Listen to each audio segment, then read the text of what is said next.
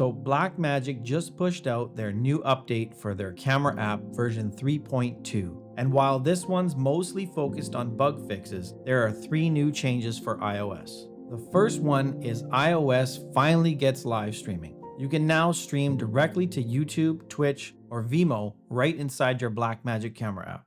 To set this up, you're going to want to go to Settings and then open up the live streaming option.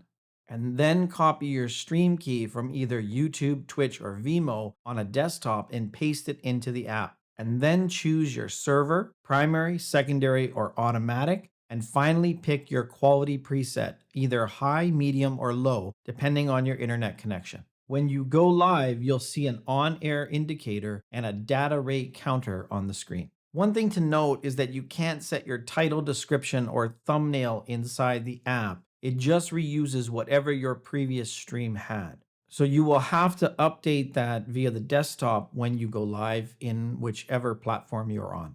Another thing to note is that if you minimize or leave the app, your stream will automatically pause, so you'll need to stay inside the camera app while broadcasting. And finally, camera control and live streaming can't run simultaneously, so for now, there's no multi-camera mobile type setups. Next, I noticed that now you can tap the drive icon at the bottom of the screen and it will take you straight to your media settings where you can choose your recording destination.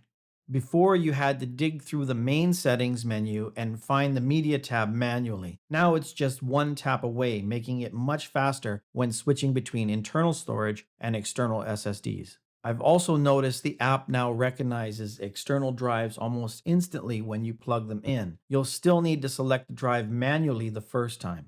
And if you remove the drive, a warning pops up and the app automatically reverts to internal storage. Once you plug the same drive back in, it'll remember it as your preferred recording destination, which is a nice touch. And finally, remote camera users get multi-view monitoring support.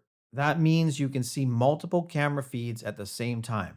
Once you've enabled remote camera and remote monitor, to access it, tap the 3 dots on the left-hand side of the screen, then tap the multi-view icon. That brings up the split view, letting you keep an eye on multiple remote cameras simultaneously. And that's it for this update. Hit the like button, subscribe, and drop your questions in the comments below. And I'll see you in the next one, guys.